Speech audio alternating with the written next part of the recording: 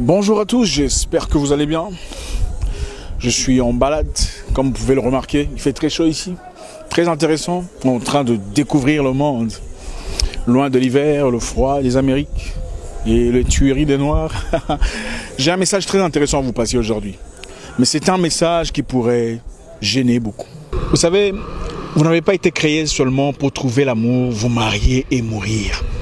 Vous êtes là pour accomplir une mission bien précise. Vous n'avez pas été placé sur cette planète pour aller à l'école, trouver un boulot, payer les factures et mourir. Vous êtes là pour des objectifs bien clairs. Malgré leur évidente capacité de percevoir, beaucoup de personnes vivent leur vie aujourd'hui comme des aveugles. Beaucoup de personnes vivent leur vie comme des souris perdues dans un labyrinthe. Marchant la tête baissée, sans direction, espérant trouver un bonheur hypothétique devant. La vie de beaucoup de personnes aujourd'hui n'est qu'une combinaison des événements arrivés par hasard. Les gens n'ont tellement pas d'objectif de vie qu'ils ont fait du mariage un objectif de vie. C'est faux. Le mariage n'est pas un objectif de vie. Le Créateur a placé en chacun de nous un élément ésotérique, une certaine particularité propre à vous. Vous dites souvent que vous êtes spécial, n'est-ce pas? Alors que pouvez-vous faire que les autres ne peuvent faire? Quelles sont ces choses que le Créateur a placées en vous? Un talent, une particularité que vous négligez, que vous laissez mourir parce que vous espérez vous marier. Les gens courent après le mariage comme si c'était un diplôme, une construction, un accomplissement de vie. Combien de gens ont décimé leur grain de grandeur à cause du mariage? Combien ont abandonné des grandes opportunités pour faire plaisir à quelqu'un? Combien de gens ont tourné leur dos aux raisons pour lesquelles ils ont été créés à cause du mariage? Vous n'avez pas été créé seulement pour vous marier et mourir. C'est faux. C'est faux.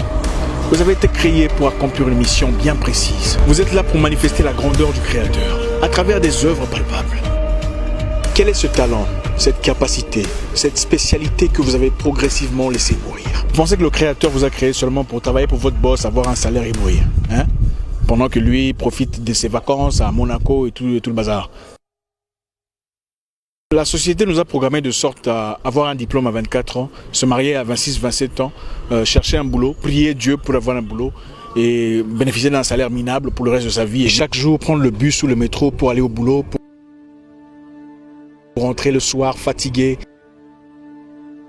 qui n'est qu'une nouvelle forme d'esclavage. On ne vous a pas créé pour vivre comme ça. Chacun a son parcours, sa lignée, sa route. Découvrez le vôtre. Vous n'êtes pas un jouet, un panda ou une poupée qu'on a placée là par hasard. Découvrez les raisons pour lesquelles vous existez. Les femmes qui connaissaient le pourquoi de leur existence ne sont pas mortes en vain. Elles ont laissé des traces palpables jusqu'à aujourd'hui. Le réfrigérateur électrique moderne, le frigo, a été inventé en 1914 par Florence Parpar. Une femme, vous attendez le mariage.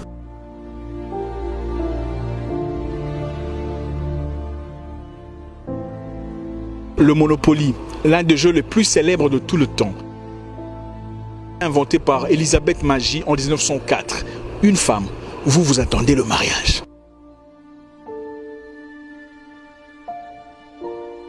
Le système de chauffage ou de climatisation pour voiture a été inventé par Margaret Wilson. Une femme, mais vous attendez le mariage.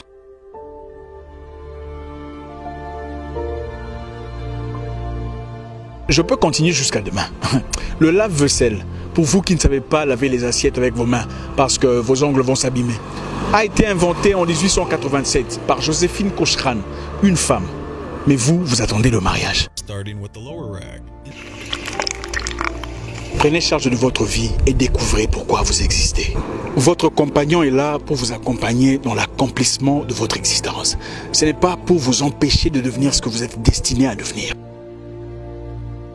L'objectif de l'humain, ce n'est pas de se marier. C'est d'abord de découvrir qui on est. Ensuite, trouver avec qui l'accomplir. Je vais vous dire la vérité. Je n'ai jamais vu quémander l'amour une femme qui réussit dans ses entreprises. Une patronne qui perce dans son domaine. Je n'ai jamais vu une femme créatrice, une femme élégante et bonne entrepreneuse supplier quelqu'un de ne pas la quitter. Ou encore de se hâter pour l'épouser.